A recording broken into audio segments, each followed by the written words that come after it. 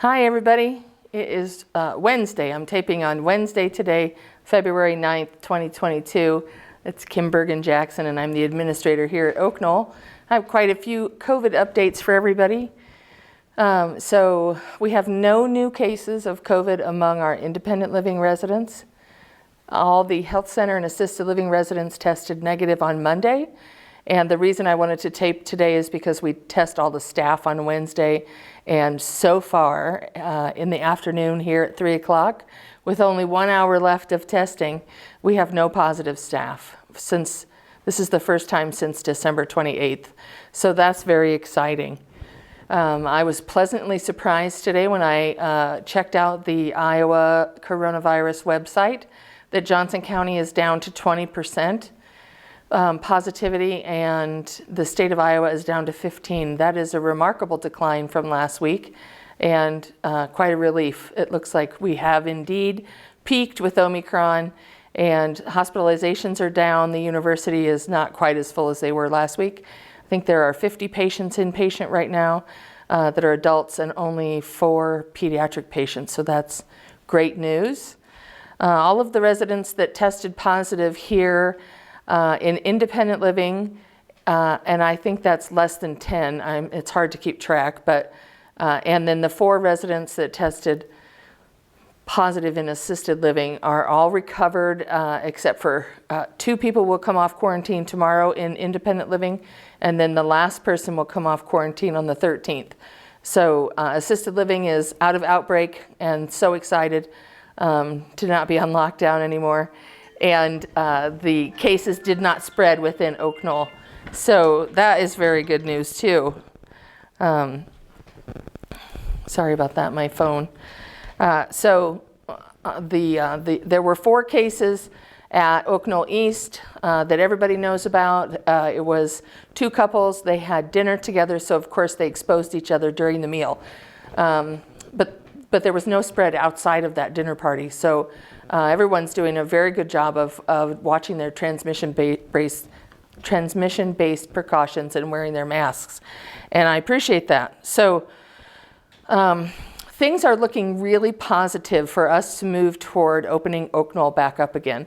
I won't give you a drop-dead date today, but I'm saying that by the end of February, I think we should be able to open up our dining venues and get our events back online, up and running, not virtually online. So having, events and activities again, the pool classes, the workouts, everything rolling by the beginning of March, I think. Now, this is all tentatively based on county positivity and any outbreaks that we might experience here at Knoll, but I'm going to be cautiously optimistic and sort of give you a frame of reference to say that I think the dining venues will be open again by the end of the month or the beginning of March. So keep your fingers crossed and I'll keep you updated. I'm sure you all saw in the news that the governor of Iowa, Kim Reynolds, has ended the public health emergency proclamation as of February 15th at midnight. And so that does not mean that the pandemic is over. It just means that the governor is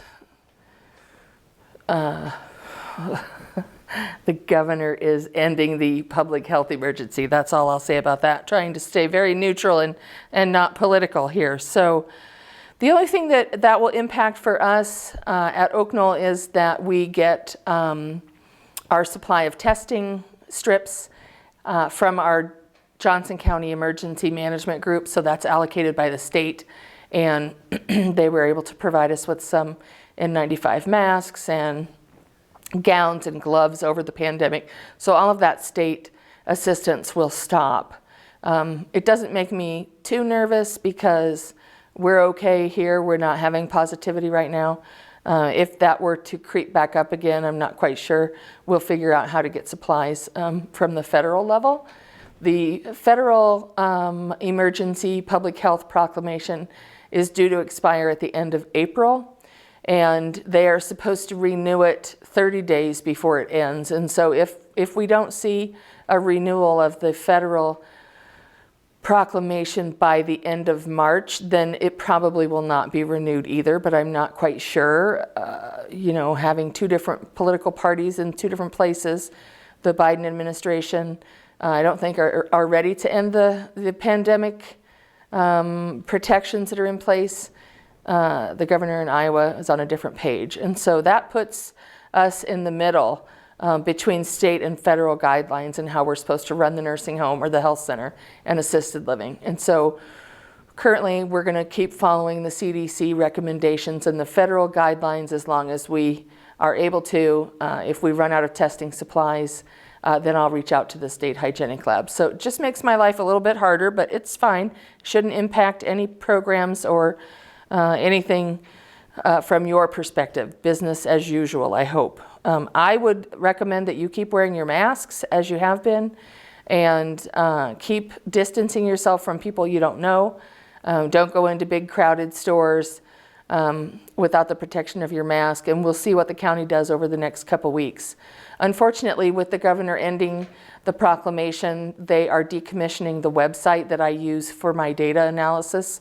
So the Iowa coronavirus website will disappear, the vaccination website will disappear, and Iowa Department of Public Health will start tracking some of the data. They're not going to track everything that the coronavirus website was tracking, and they're only going to update their data weekly. So there's some changes coming in how we're tracking things.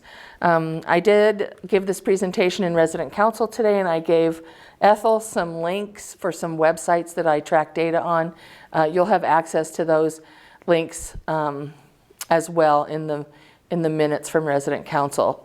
If you have any questions about where to look for data, just let me know. But I'll continue to check the University of Iowa website, and I'll track the federal data, but it does lag 2 to 3 weeks behind real-time data in Iowa. So I won't be using that federal data to make any decisions about how safe we are at Oak Knoll. We continue to test our staff on Wednesdays. However, if we truly don't have any positive staff today, we may be out of outbreak status, and I'll update you in a family update on Friday when I write the letter. We also mandated the booster for staff effective March 15th. So we mandated the vaccine for staff, students, volunteers, and contractors in July 1st we mandated the vaccine. And so now March 15th we will also mandate the booster. And the reason I'm doing that is because the language is starting to shift at the federal level. And so previously we had seen fully vaccinated as language in all of the communication. And they're switching from fully vaccinated, which means the 2 shots in the 2-shot series for Pfizer or Moderna, or the 1 shot for Johnson & Johnson. Now they're using the terminology up to date on vaccinations, which means whenever you're eligible for the booster, you get the booster and then you're up to date on your vaccines. And so we just got out ahead of that because it's going to take a while for all of our staff to get boosted. So that should reassure you. If you are not yet boosted, I would recommend that you get the booster dose as soon as you're eligible, 5 months after your second shot in the series, or if you're immunocompromised, talk to your doctor. You should get a 3rd shot and then the booster shot. So people who are compromised, their immune system's compromised, could end up with 4 shots. I think that is enough about COVID, don't you think? I think the governor has the intention that we should learn to live with COVID and make it more endemic than pandemic. And so much like influenza, figure out how to go about our daily lives but not have an outbreak of influenza. We've already figured out how to do that. We've been very lucky at Oak Knoll. So hopefully we will not have to ever experience a true outbreak of COVID where people are sick and hospitalized. So none of the people that were positive in the past month and a half required hospitalization. None of the residents. We've had no staff in the hospital, which is great. And we had 2 residents receive the monoclonal antibodies after they were diagnosed with COVID because they were moderately symptomatic. Everybody else has been asymptomatic or had mild cold symptoms. So that's a reassurance that the vaccines are working. The fact that we have had no residents positive for COVID in the health center speaks to the amazing staff that we have and their use of their masks and their face shields and hand sanitation. So they've done a really excellent job. So I have to applaud the staff for being mindful of everybody's safety and being careful. So we're all in this together, as I say in my notes every week. We'll get through this together. I appreciate all of your attention to COVID, and I hope that we're moving away from it in the near future. If you have any questions, as always, reach out to me. My direct line is 319-466-3014, or you can send me an email, and I will talk to you in 2 weeks. Thanks.